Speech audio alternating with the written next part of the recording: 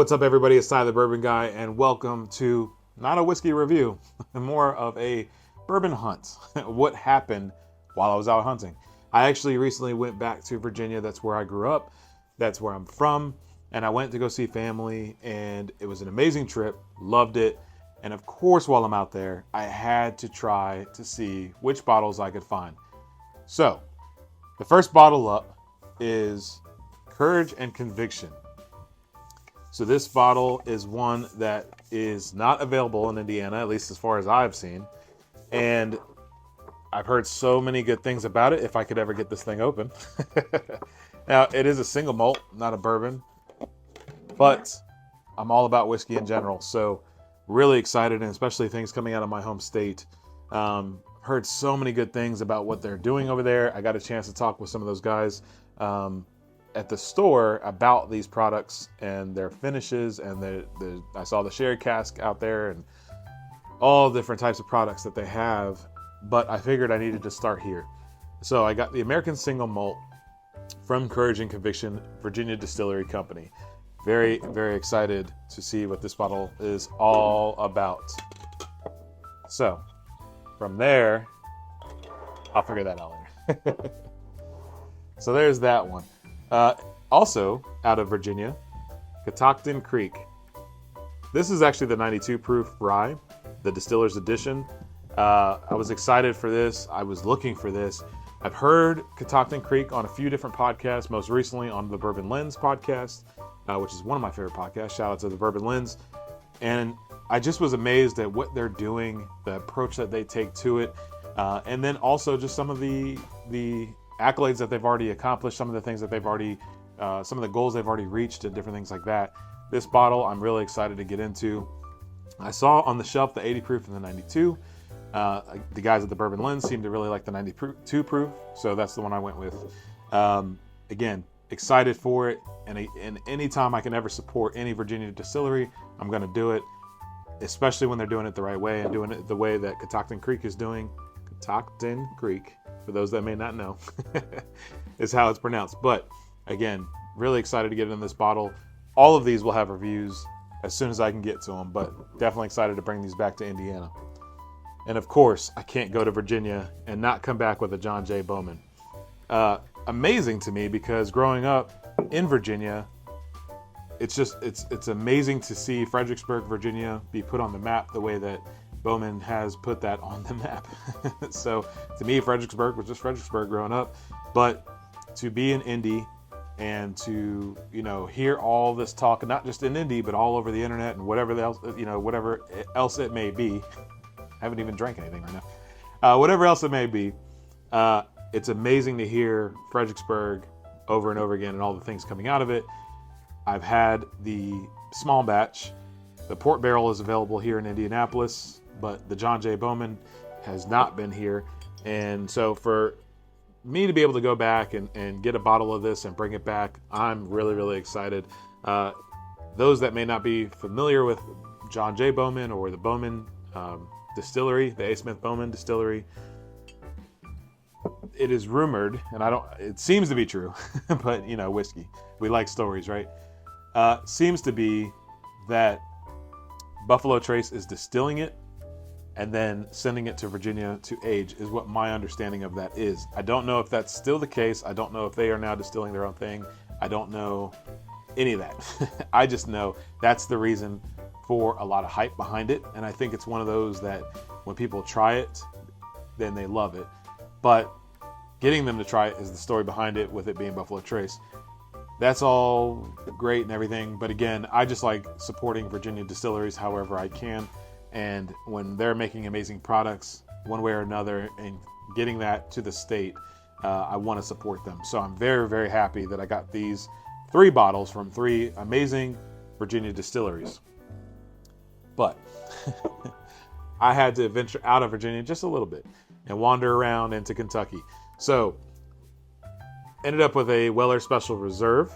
Now, I had a buddy of mine who had gone to the Buffalo Trace Distillery recently, and they happen to have the Weller Special Reserve out there, and of course it's at retail price. So it was just a no-brainer to me at that price point. Even though I have some already, and I never turn that down. They make great gifts, and a lot of the times people like to try Weller and some of these other products. And sometimes I enjoy having this bottle here because it allows me to let them try this and then let them try something else at my bar and show them, let them see for themselves, I guess. Not necessarily show them, but let them see for themselves that, oh wait, this whiskey is a lot better than this in my opinion. This is overhyped and whatever the case may be. And then again, $30, $40, whatever it may be for a Weller product, that's where it should be. Somebody messaged me one time on social media, somebody that follows me, and asked, they said they paid $300 for this. Was that a good deal? It was a good deal for that person, not for you necessarily.